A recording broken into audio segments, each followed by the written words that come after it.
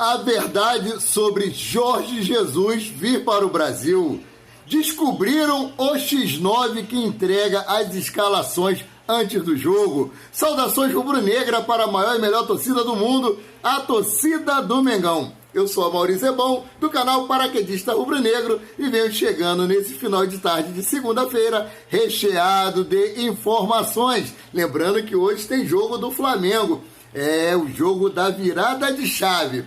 Galera, antes de começar aqui a falar sobre os assuntos pertinentes ao Flamengo, quebra esse galho aí, cara. Você que está assistindo o nosso vídeo, se inscreve no nosso canal.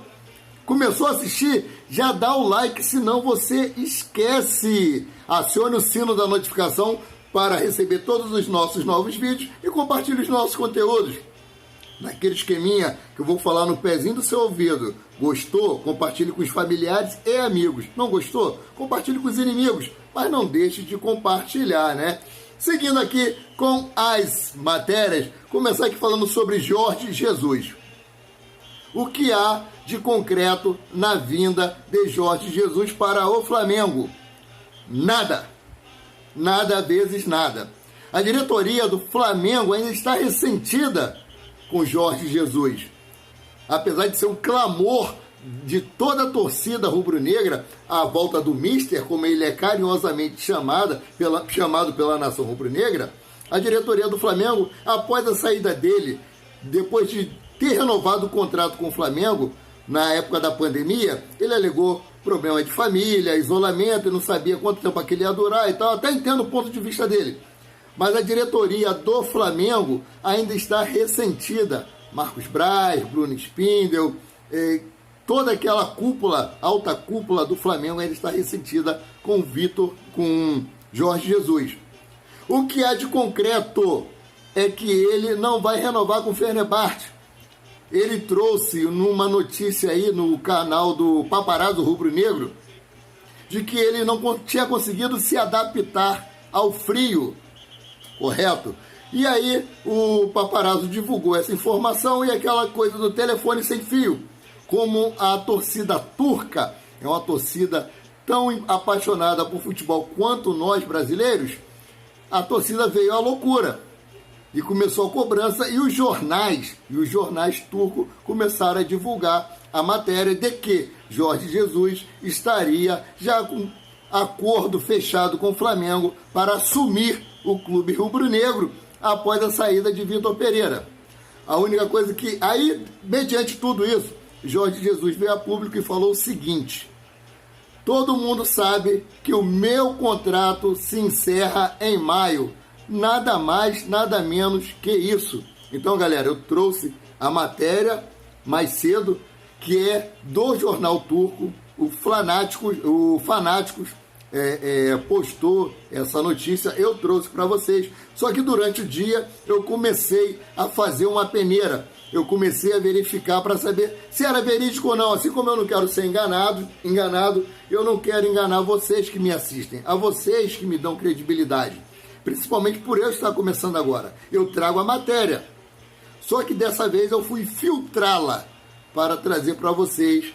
E a verdade é essa. Não tem nada de concreto para a vinda de Jorge Jesus para o Flamengo. O que tem de certo é que o Vitor Pereira está aí na berlinda.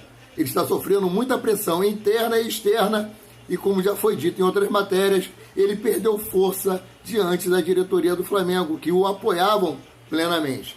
Mas eles ainda acreditam numa volta por cima de Vitor Pereira e que ele possa engrenar aí com o time do Flamengo. Então, seguindo aqui com a próxima notícia, descobriram o X9, Mauro César Pereira comenta a escalação do Flamengo vazada. Então, seguindo aqui, o colunista Mauro César Pereira afirmou que o Flamengo descobriu quem é o responsável por vazar escalações do Flamengo e que deve ter a volta de Pedro e Thiago Maia hoje. Abre aspas aqui para Mauro César.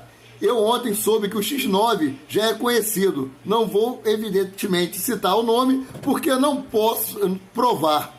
Mas parece que já descobriram e o técnico teria sido informado. Acho que depois de ter vazado mais uma escalação, vejamos antes do jogo se se ela vai bater. Disse, fecha aspas, disse Mauro César Pereira.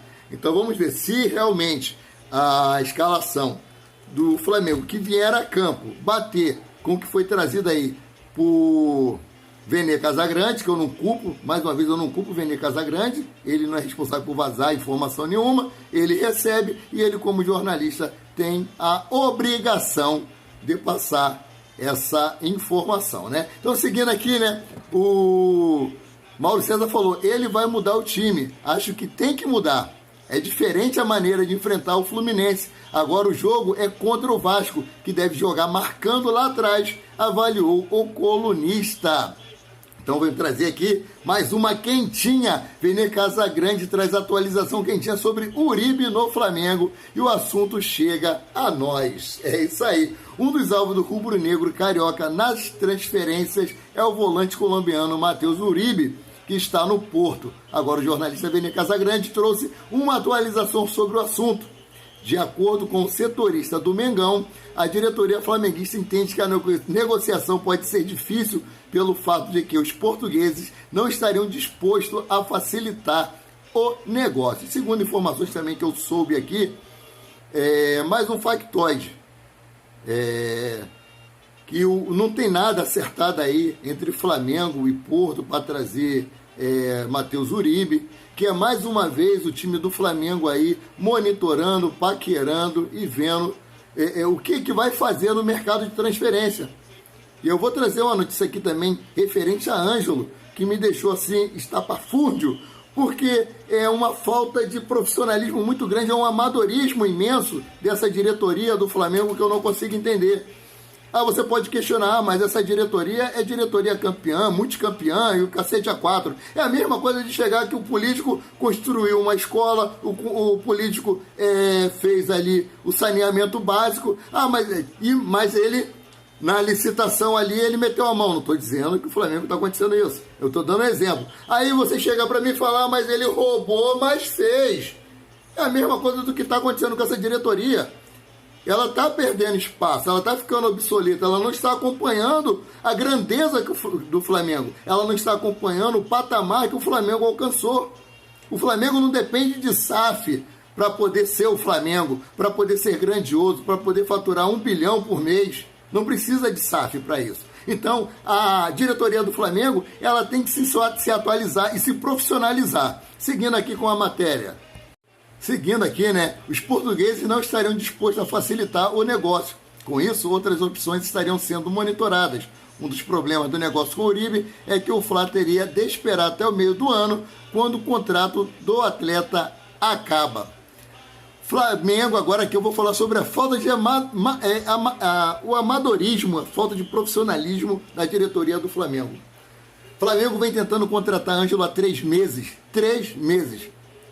Né? Foi o único jogador nesse tempo todo que o Flamengo fez uma proposta oficial, foi para Ângelo. Os outros jogadores do Flamengo só vem monitorando. Como eu falei, parece uma empresa de segurança que trabalha na área de CFTV. Então assim, o Flamengo esperava muito conseguir contratar Ângelo, e como ele não conseguiu, ele não tinha um plano B. Então seguindo aqui, Flamengo não tinha alternativa para Ângelo no mercado. Logo após saber da recusa de Ângelo, o Flamengo começou a buscar por novos nomes no mercado. Os dirigentes flamenguistas seguem trabalhando em busca de reforços no mercado da bola. A chegada de Ângelo, que antes parecia certa, agora ficou próxima de não acontecer. O atleta postou uma nota oficial na semana passada, indicando a permanência no Peixe, mas o Flamengo não desiste e está insistindo. E uma nova reunião foi marcada para amanhã, terça-feira, para poder, dia 14, né, para tentar contratar o jogador. O representante do Flamengo aí que está nas tratativas vai se reunir com a diretoria do Santos, vai tentar entender o que aconteceu, vai tentar saber o porquê que o atleta não quis vir para o Flamengo. O Flamengo, ele recebe lá R$80 mil por mês. O Flamengo tentou seduzi-lo com uma proposta salarial de R$500 mil, e um plano aí de um contrato de 4 anos e meio. Só que o jogador disse que preferiu esperar a janela de transferência de junho. Ou seja, porque o Flamengo só mirou em um jogador, só concentrou seus esforços para contratar um jogador durante 3 meses. Ele, em momento algum, pensou que poderia dar ruim, dar chabu e o jogador não querer vir, ou algum outro time fazer uma proposta. Não pensaram nisso não. Foram tão soberbos que acharam, não, ele vai querer vir jogar no Flamengo, é o time da maior torcida do mundo, fatura não sei quantos bilhões por mês. Cara, amadorismo puro. Estão seguindo aqui com a matéria. Nesta segunda-feira, dia 13, o portal Dos Torcedores, do jornalista Wilson Pimentel, trouxe uma notícia de bastidores indicando a tentativa do rubro-negro de contratar o lateral esquerdo Alex Sandro, que jogou a Copa do Mundo pela seleção brasileira e veste a camisa do Juventus há bastante tempo. O medalhão tem 32 anos de idade. Ele topou receber 1,2 milhões de salário. O Flamengo negocia a chegada do queridinho do técnico Tite. Cara, monitora, hein? Ele monitora, ele não acertou nada, ele não fez proposta, ele monitora, é só isso que chega. Mengão entende que a contratação seria muito boa para o clube. Os dirigentes flamenguistas seguem trabalhando em busca de reforços no mercado da bola. Abre aspas aqui. Ainda segundo apurou a reportagem, Alexandro tem o desejo de seguir atuando na Europa. Entretanto, vê com bons olhos um possível retorno ao Brasil para defender o Flamengo. Fecha aspas, disse um trecho da matéria. Desculpa aí estar exaltado, mas eu sou rubro-negro de sangue e alma. Eu amo meu time. Se o Flamengo disputasse porrinha, bafo-bafo, qualquer coisa aí, queimada, eu sempre vou torcer sempre o Flamengo vencer. E quando o Flamengo não vem demonstrando resultados positivos, eu fico irritado como qualquer rubro-negro, cara. Como qualquer rubro-negro. Deixa a sua opinião aí, o que você acha do atual momento do Flamengo. Essas monitorações que o Flamengo vem feito e não contrata ninguém. É só prometendo e nada. Nada. Seguindo aqui com a próxima notícia. Com força máxima, Flamengo divulga a lista de relacionados para a semifinal do Carioca. Eu vou trazer aqui para vocês a lista dos relacionados. Goleiro de Santos, Hugo e Matheus Cunha. Zagueiros, Fabrício Bruno, Léo Pereira, Pablo e Rodrigo Caio. Laterais, Ayrton Lucas e Mateuzinho. Volante, Igor Jesus, Thiago Maia e Arturo Vidal. Meio campista, Arrascaeta, Everton Ribeiro, Matheus França e Matheus Gonçalves. Atacantes, André, Everton Cebolinha, Gabigol, Mateuzão e Pedro. E ainda há ingressos para todos os setores do Maracanã. Afinal, pouco mais de 34 mil ingressos foram vendidos de forma antecipada. A informação foi publicada inicialmente pelo jornalista Vene Casagrande. A expectativa é que o público total de Flamengo e Vasco chegue aí no máximo a 45 mil torcedores. Uma quantidade baixa para o padrão da torcida do Flamengo. Mas eu entendo muito bem. Um jogo aí na segunda-feira, 21 horas. Sabe-se lá a hora que vai acabar depois de toda aquela violência de alguns dizendo-se de torcidas organizadas. Aquele sacrifício todo para chegar em casa no dia seguinte, ter que ir trabalhar. Os ingressos estão caríssimos, estão elitizando o futebol carioca, para elite. Eu sinto falta daquela torcida que ficava ali na geral, os arquibaldos e geraldinos, todo mundo se entendia, não tinha briga, e acabaram com esses torcedores. Ou seja, os clubes têm que estudar uma maneira aí para poder facilitar a ida dos torcedores raízes para os estádios. Não estou dizendo que você que vai é raiz, não. Mas graças a Deus você tem uma condição melhor do que a maioria dos torcedores rubro-negros, né?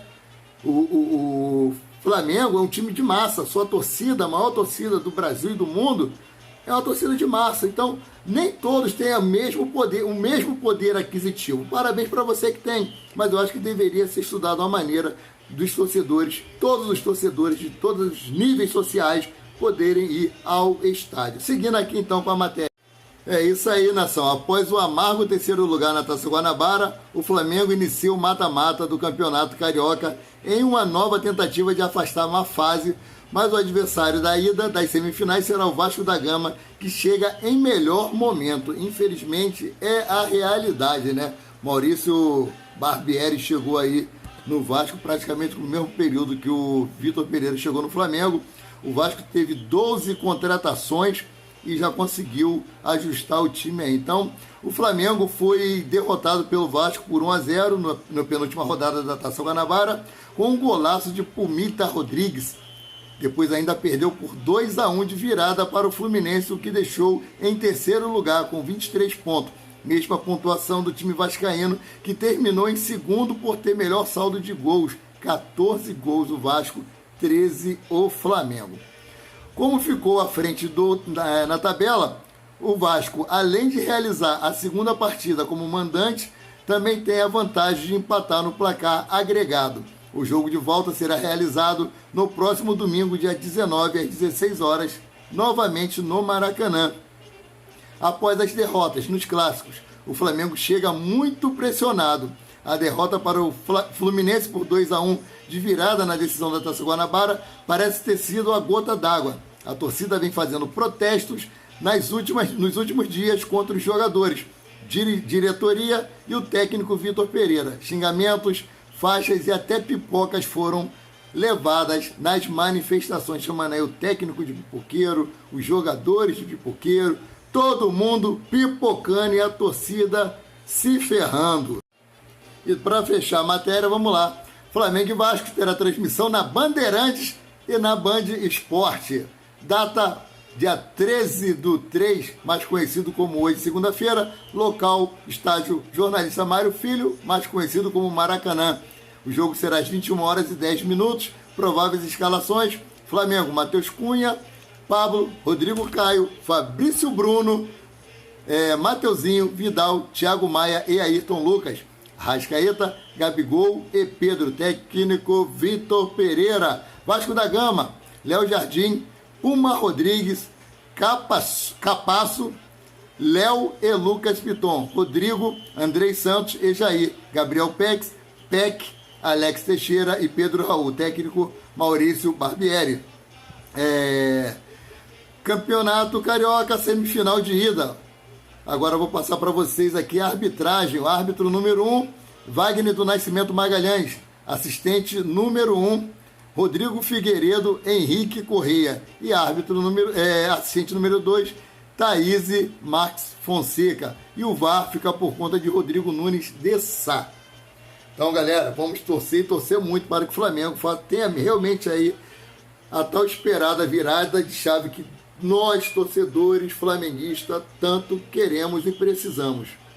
Então, para encerrar o vídeo aqui, você que chegou até aqui, não esqueça de dar o seu like.